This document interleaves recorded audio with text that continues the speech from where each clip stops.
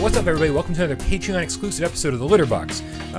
This week I've got Jeremy in my box. It's been a while. It's been a while since I've been in your box, Bryan. Yeah. Does it look any different than it used to? It's about the same. Yeah, not dirty or cleaner. No, okay. no. I obviously Feels like home. Des and I used to do these, or do these, all the time. Yeah. But we figured we'd mix it up this week. Give you guys something a little bit different, and get Jeremy a little bit more of a spotlight. Yeah, it's been a while. It's just time, but now, I mean, on these days, once in a while we can do it. We got more time. Yeah, this is great, actually. I keep forgetting that I actually can use you. Since we do it so much earlier now, yeah. It's been like another hour after this I have, before getting the kids. So we're filming 3 episodes on the same day, 3 different shows on the same day. It's almost like way back when we used to do that at midnight. Oh, right, that midnight show. Yeah. Yeah, and then when Des shows up tonight, I'm going to film 4 shows on the same day. Holy shit. Yeah, Tuesdays are the worst for me. Tuesdays are...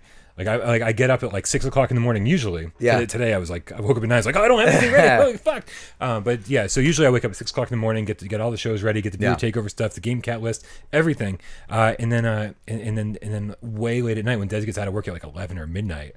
Oh, is that when he gets out? Yeah, and then we film for like 40 minutes or so. Yeah. And it's just like, man, what a long day. Because all day leading up to him getting here, I'm preparing for why we left PSVR. Yeah. Oh, it's so exhausting. I try to take a nap, and then sometimes that goes horribly wrong. I can't nap. I remember the days when we used to film on Mondays. I would work Monday night at midnight. I'd wake up it was 6 a.m. I'd wake up, something, get the kids off to school. Then I'd work for 12 hours, get out of work, and then come over here.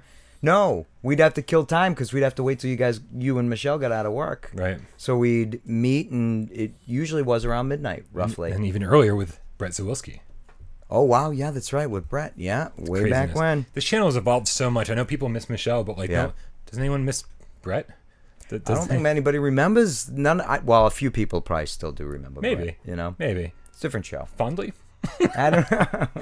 All right. So what we want to do this week is talk a little bit about the PlayStation 1 Classic just came out. Yeah. And a lot of people are disappointed. Yeah. And I think some of it's warranted and some of it's not. Yeah. The game selection. Heavy criticism. Some of it's a little bit. Okay, well, before we dive into this, what do you think of the game selection?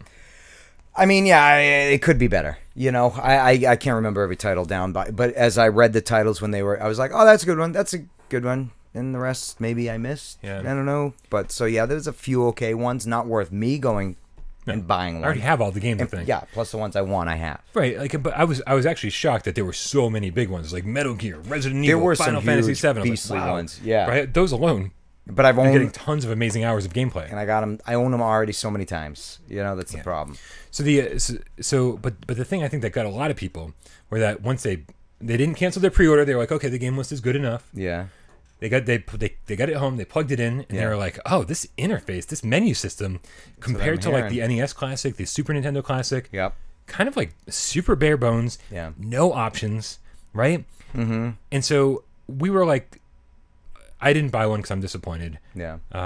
And it would look cool on my shelf. Yeah. But I don't need more cool shit on my shelves. You got tons of it, I know. That's all I got. Oh, green screen's out. Oh, there's nothing back here but Worcester. Yeah, it's Worcester, yeah. Yeah. So so we were daydreaming a little bit. Yeah. And we were like, hopefully Sony gives the PS2 Classic, the hypothetical PS2 Classic, a little bit more thought and a little bit more love and listens to all the criticisms about the PS1 Classic. Yeah. So we wanted to talk about the hypothetical PS2 Classic and what games we wanted to include and what we wanted it to like look and feel like. Yep. The one I feel though, the interface, in my opinion, Sony's never done a good job with their interface. That the crossbar on cross media bar, PlayStation 3, and now you don't like the 4? No, it's cumbersome. There's a lot of categories and there's a lot of ways to get to different. Is lame. Even all right. So even Xbox 360, their newer, Xbox One, their interface now is not the Xbox 360 interface. I felt was the easiest and the best one. Yeah. But none of the others since then. No. I don't think. No, I think when I first got my PS4, everything was running quickly. Yeah. Because I didn't have anything installed on it. Yeah. And they only had 5 games, and they're all right there on the front page. I was like, oh, this is great. Yeah. But having to create folders and remembering which folder your game's in, and if you can't find it, then you have to go all the way to the end and go search in your library. Yeah. Yeah. So, but the question is so we don't want to get too off topic. Yeah. So, what did the PS2 interface look like? If you didn't have anything, if you didn't have the game in, it would come up with that boring gray screen. Yeah. And show the memory card. Yeah. If you put a disc in, it would pop up the black one for the PS1 discs. Yeah. Right? Yeah. And it was really simple. Yeah. So I'd be okay with, well, really none of that. We don't need any of that. But I do want the intro screen. Sure. Remember the more you played and the more games that were saved on your memory cards, the more boxes showed up on that Sony screen. Yeah. That was pretty cool. Yeah. I need that. Yeah. Right? But I also need every game when I select it. I need to see the game box. Yes, definitely the game art. In 3D, I need to be able to rotate the box all around. Yeah. Right? I need to see the instruction manual. You got to scan that Total sucker instruction. It's got to be in there. Right? Yeah. And then not a link leading to, some page you can view it on the web in there. Oh, absolutely. Yeah, turn the pages.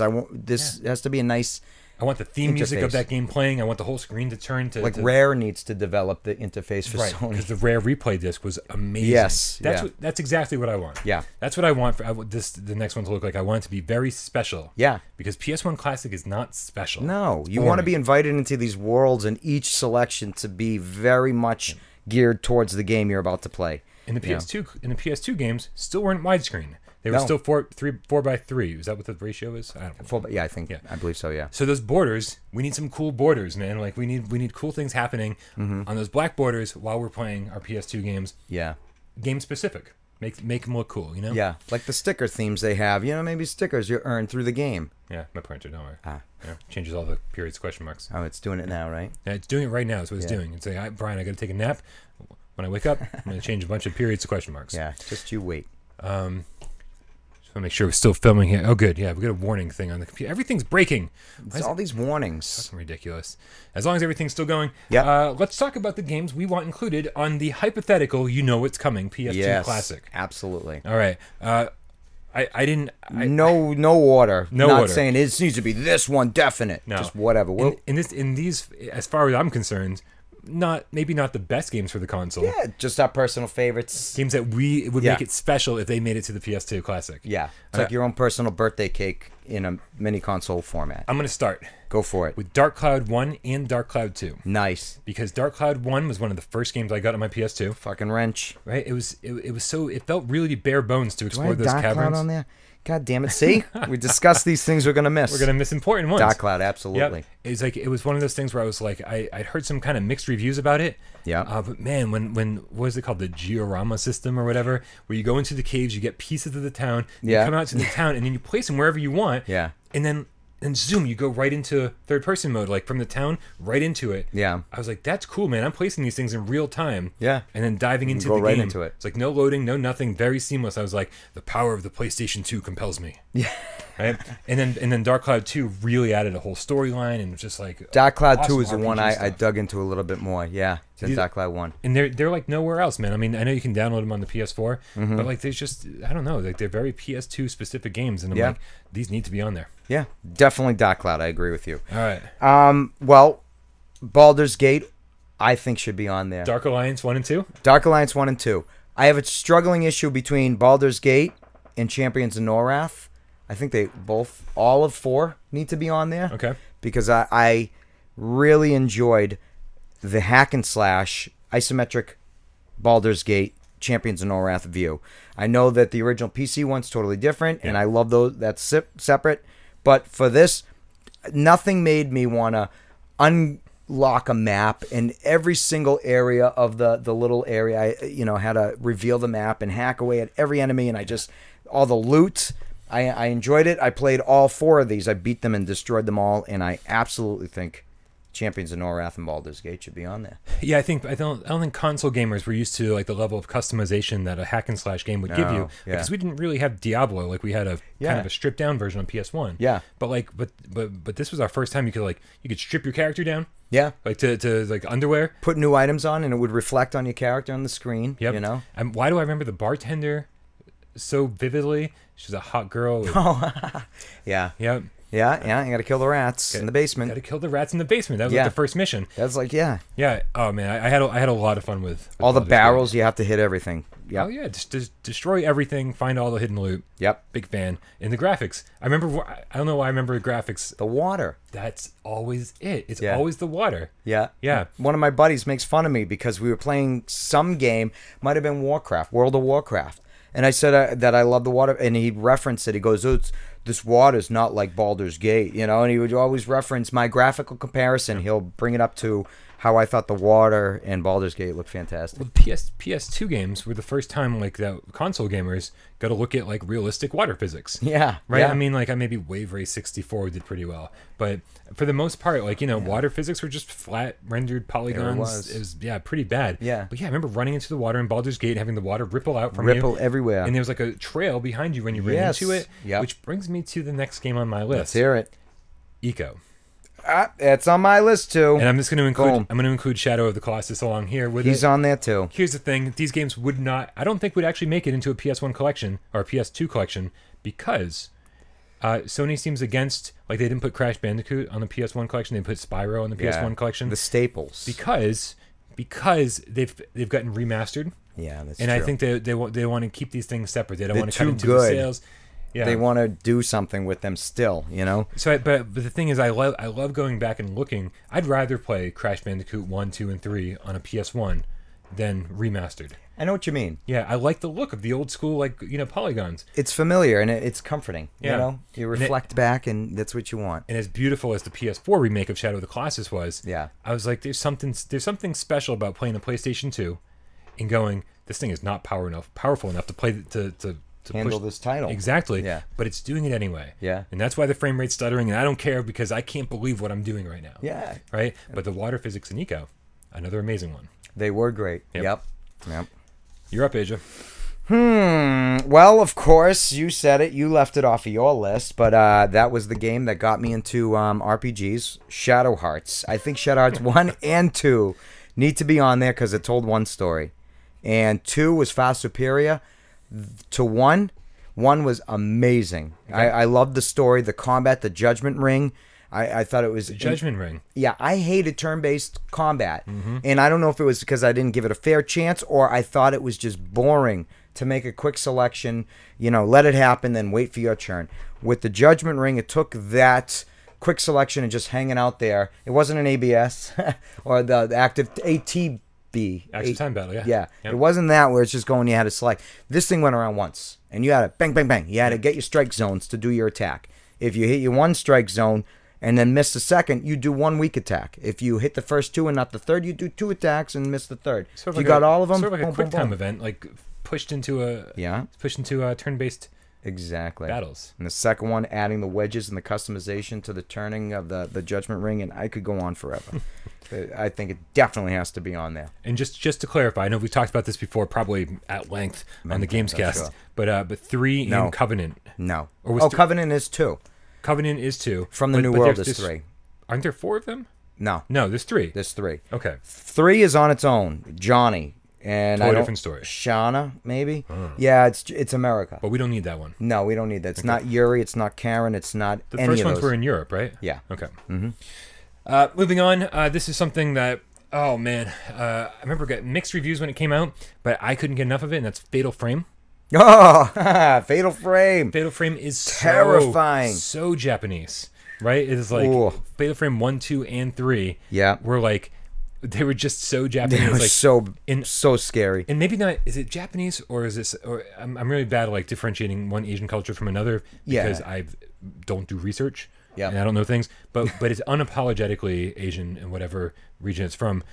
Especially 2 and 3 got really, really, really, further away from like what Americans would be accustomed to. Wasn't 2 more based off of lore, an Asian lore? I think 2 and 3, like I said, delved further into that. Yeah. Yeah. And it was just, but I didn't care. I was like, this is creepy, terrifying, and just awesome. And like those games need to come back in a big way. Wicked. And I think if they were on the PS2 Classic, it would remind people how great they were. Yeah. Because we need one in VR. It's not like our scares here. Their culture, their terror, their way to scare you is terrifying. It is so scary. Yeah, I mean, I can't. I remember being so scared playing that on a flat screen. Yeah. Nothing scares me on a flat screen anymore. No. But man, that really did the trick back in the day. Oh, yeah, shivers. Yeah. Ooh. What do you got? Wild Arms. Nice. Yeah. Okay, now Wild Arms 1 and 2 were both on PS1. Yeah. What do we have? 3, 4? 3, 4, and they remade F or something. Yeah, they Alter Code F. Alter Code F. Wow. That was that the reimagining remake of 1? I think so. Yeah. Yeah. So the reason I say that is because when I got into Wild Arms was the third one on PlayStation 2. I went back and adding to collection, bought all of them. But yeah, the third one, the Alter Code F, I enjoyed the Wild Arms, the Western themed RPG, and at that point I was definitely into turn-based combat. And Wild Arms 1 was on the PS1 Classic, wasn't it? I'm not sure, was it? I think it was, because I was a little surprised to see it there. So it's not that big of a. If I'm wrong, I apologize, but I'm pretty sure it's there. Yeah, yeah. Because that's one of the lesser known RPG series out there, but there was definitely a good slew of them. Well, definitely it got overlooked because there were no RPGs on the system before, like in the first year or two. Yeah, right. It took a while for RPGs to get to the PlayStation. Start getting on there. And I remember Wild Arms came out like months, like maybe not even months, maybe a month before Final Fantasy VII. Oh, so it got very quickly overlooked. Yeah, that's for sure. So the PS2 entries, which I've not spent much time with, but I collected them and made sure they were in my collection. That'd be awesome to see those there. Yeah, big time. I'm gonna throw a couple out at once. Go for it. And that's gonna be Katamari Damacy. He's on my list too. Yep, absolutely. Mr. Mosquito. Not on my list, but yeah. I'm also gonna put on that list Rule of Rose and Haunting Ground. And now the reason these are 4 very different games. Yeah. But these are 4 that are so uniquely PlayStation 2. What was the last one? Haunting Ground. Haunting Grounds. Remind me. I know I played made by Capcom. Yeah. You're a young woman who've been kidnapped and brought to this castle-like place. Yeah. You have a dog, or you find a dog, and you're now your new companion. Yes. Right? And it's very survival horror. Yeah. But it's also like Clock Tower survival horror, where you're not fighting back, you're hiding from everything. Like trapped in this. I played Haunting Ground. I just can't. I know it, but I can't like. It's super obscure. Yeah. And that's why I put it. In Rule of Rose might even be more obscure. Oh, that is right. Yeah. But another survival horror game. But Mr. Mosquito is so weird, and it's one of those games that back in the day we were like, this is never going to come to the U.S. This is just too weird. You play as a mosquito and you go around biting people. Right. I remember there was a girl in a tub naked. Yeah. And you had to like go try to like bite her while she's bathing, and if they see you, they'll start coming after you and like swatting you and stuff. I was like, there's no way this low polygon game, independent game, is ever making it to the States. And then Eidos developed their an indie label called Fresh Games and brought that and Mad Maestro and all these weird games. Actually, I think only one more. I think there was like an R-type game they brought to the States. And it was just like, holy crap, it's like the PS1 era all over again. Well, that was great with Sony and the PlayStation 2 and 1. Yep. Is that they took risks. Nintendo, you wouldn't find weird, wacky stuff too much like that on there. No, you find it in Japan, but it wouldn't come to the West. Never here. Yeah. So that's why I grouped all those together, because I was like, these, especially Rule of Rose and Haunting Ground, these are games that are stuck on on the platform. Oh yeah. Like I don't think you can download them on the PS4. I don't think there's ever been a remaster or a re-release on any other console. If you don't have them, and they are rare, that's why they need to be on this console to bring them back to life. Yeah, true. Yeah. So I think I'm gonna rifle out a couple too, just because. Yeah. I think Nocturne, Shin Megami Tensei Nocturne. That was the one, huh? Yeah. Yeah. And Digital Devil Saga 1 and 2. Wow. Those Nocturne games. Those Shin Megami games. Normally, I would say you're out of your goddamn mind. Yeah. Because I was like, those games are so hardcore for the hardcore like OG RPG gamers, right? Yeah. Like they're very difficult. They're not easy to get into. Huge they don't explain encounter shit. Rate. Yeah. Right. And but the fact that Persona 1 made it onto the PS1 Classic. Yeah. It's like anything's possible at this point. Yeah, really. Right? Yeah. Holy crap. Well, Persona is such a big thing now, yeah. And I mean, it started back then, with these Shin Megami titles, and of course, they did good to keep their nose in the Yeah. It's. I'm going to supersede you though. I'm going to say no on the Nocturne and no on Digital Devil Saga because they are too hardcore. But I'm going to say yes on Persona 3 and 4. Yeah. Because those were both PS2 titles. You're right. Crazy. I totally forgot. Wow. Those were some massive, amazing RPGs. I can't believe I forgot Persona 3. I didn't. I don't have it on my list. I don't have it on my list. I don't have it on mine until you said Nocturne. I was like, oh yeah, yeah. I totally forgot. because of the school, the days of the week, and the classes, and being So paying much going attention in class. If you got quizzed and you answered correctly, you'd gain some the social. Such a big game that for me, I would never associate that with PS2 because it doesn't. The scope of it is like just too much. I cannot believe that was way back then. But way more PS2 is Onimusha. He's on my list too. Onimusha. Now here's the thing with Onimusha. Capcom is bringing us a remaster. Yeah. Of Onimusha 1 for $20. You can already pre-order it on the store. It's coming out soon. Yeah. And I'm like, all right, cool. But you know what? I want Onimusha 1, 2, 3, and 4. You want the one with Jean Reno? Yeah, I do. I destroyed that game too. It's so bad. We're jumping between time. Yep. You know? No, I want them all. Yeah. I want them all. I want all 4 of them on the PS1, PS2 Classic. Yeah. Because those games, we struggled. We were like, I was such a huge Resident Evil fan. Yeah. And I was like, where the fuck is my Resident Evil game? Right? I'm a PlayStation gamer, mostly because of Resident Evil. Yeah. Right? Resident Evil 1, 2, 3, they all came to PS1, and they were exclusive for a long time. Yeah, they were. And I buy the PS2. I'm like, where the fuck is my Resident Evil game? Yeah. Right? And eventually we get the port from Dreamcast, Code Veronica. Right, Code Veronica X, and then we get the Gun Survivor game. Yeah, oh god, that one. Right, and then we got 4 ported from the GameCube. I was like, where's our exclusive fucking shit, man? Where's our exclusive Resident Evil stuff? Right, but they were like, here, have Onimusha, and I'm like, okay, yeah, right, and it went to Xbox eventually, but this was our Resident Evil. Yeah, and it was definitely. I mean, taking samurai aspects of thing and the Resident Evil and comboing that shit, you weren't defenseless. You know what I mean? That's what I liked. And everything felt faster. Like, it controlled way faster, even though it had the tank controls. Oh, yeah, it was way quicker. Yeah. Yep. Felt good. Great game. Yep. Devil May Cry. If we're going to go on Onimusha, you got to have Devil May Cry in there. Holy shit, all 3. Yes, they all 3. Because remember how brutal... Was it the second or the third one? Oh, God, where you just do the stage over and over and over again to try to just, like... really max it out and then move on. I hated 2. 2 was garbage. Was it? I can't. Oh, 2 was 2 was the one with it. Was it Trisha? Trish? It was 3. That was the one I was thinking of. 2. Yeah. 2 came with 2 discs. Yeah. Yeah. And you played as Dante on 1. And I forgot her name. It might be Trish. I could be totally wrong. I think you're right. For some reason, unless I'm just thinking that because you're saying it. I wasn't the biggest Devil May Cry fan. I was a huge fan of Devil May Cry 1.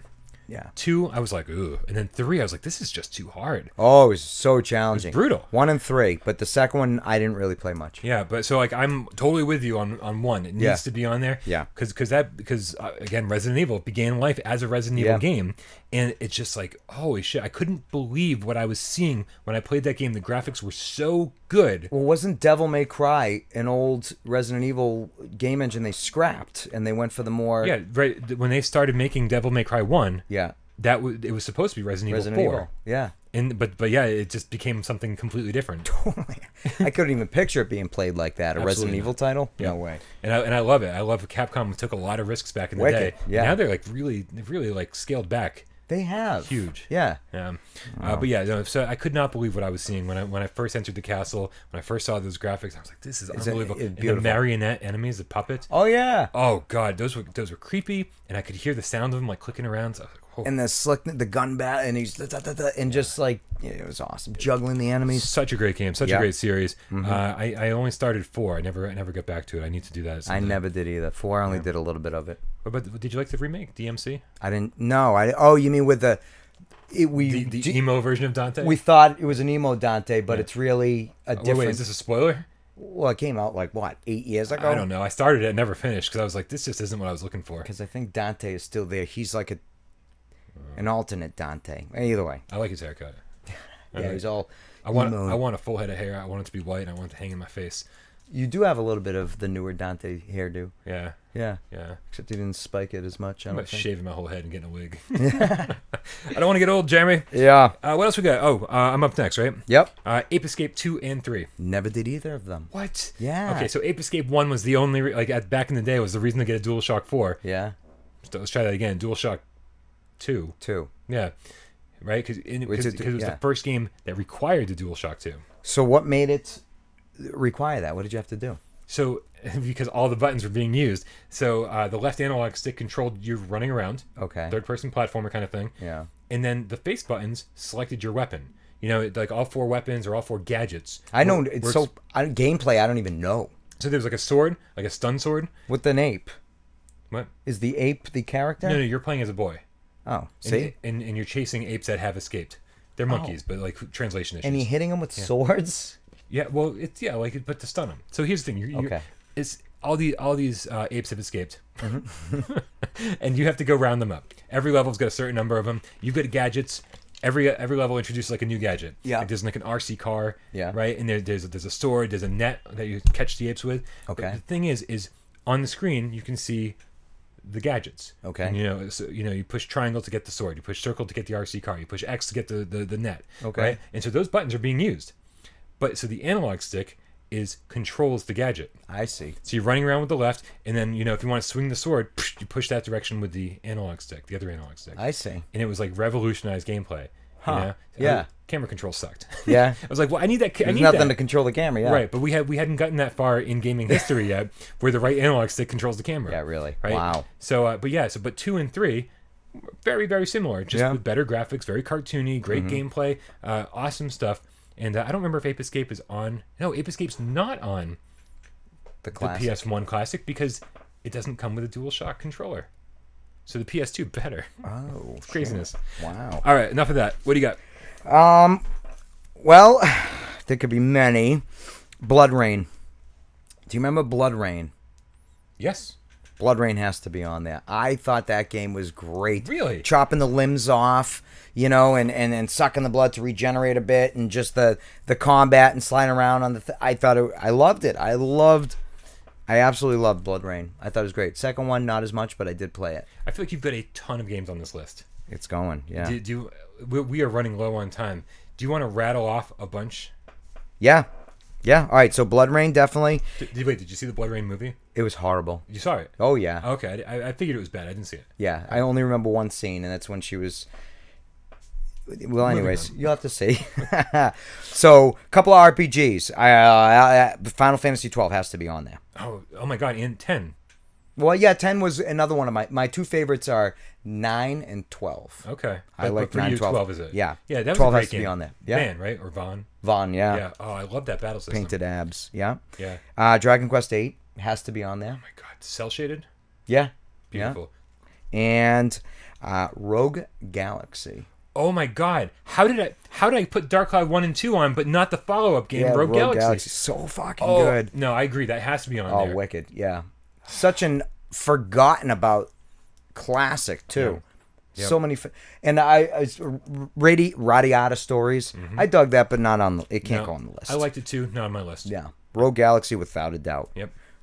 You got any more? I think at least the first chapter in the Jak and Daxter game. Yeah, okay. The Precursor Legacy. Yeah. The first Sly Cooper game. Sly Cooper. Even though 2 and 3 were infinitely better, I feel like you can't get all of the trilogies, Yeah. And then the first Ratchet and Clank game, which again won't make it because we got the PS4 remaster, which was epic. If you didn't play that, so good. Right? I was shocked. I was like, I don't remember this game being so good. Yeah. And it was beautiful. Yeah, it was. Yeah. Yeah. I got one more set of games, but I want you to give me something first. So I feel like this has to be on there because everything I have is pretty geared towards RPG or whatnot. Okay. But this was the first time I thought it was fantastic because I believe is when they added the slow motion. Was Burnout.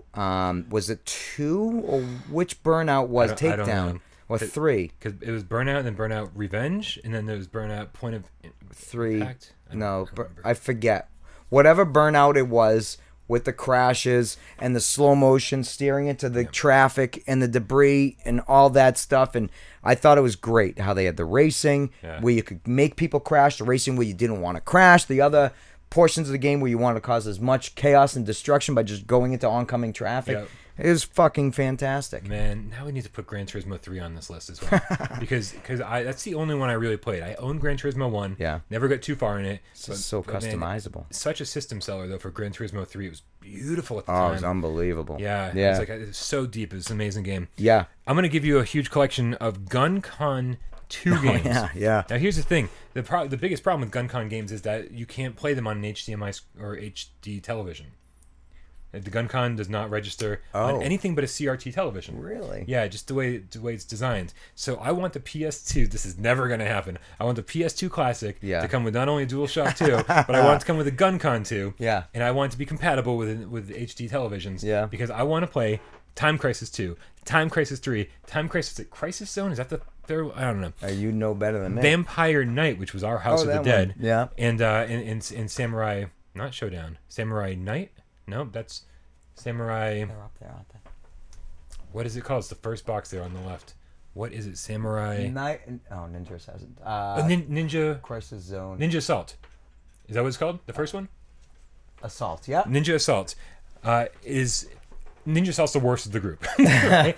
but it's good just because it's another GunCon game. Yeah. But man, I want all those games playable again in HD. Yeah. You know, with an actual light gun. Those are fun games. So fun. They take that away in the current consoles because it's all like your house and then, you know, over in, you know, Europe somewhere. Yep. Instead of being next to each other and fighting and shooting. My brother and I had so much fun. We actually put 2 televisions together, 2 PlayStation 2s together, did the link, and so we could play Time Crisis 2 as you do in the arcade with your own screen. With it. Oh my god, nothing beats those days back then. You know? If we're gonna make my imaginary GunCon 2 come true, then let's fucking get Dino Stalker in there and the Resident Evil Gun Survivor game, which took place on a cruise liner. It was amazing. Wow. Yeah, you used the DualShock. I keep saying DualShock, the D-pad on the GunCon 2 to make your character run around. Nice. And then you shoot with the gun. Oh, just shit out of people. So good. Yeah. Yeah. Fucking these would be flying off the shelves if these games were on it. If there was a GunCon 2, I'd pre-order 7 of them. All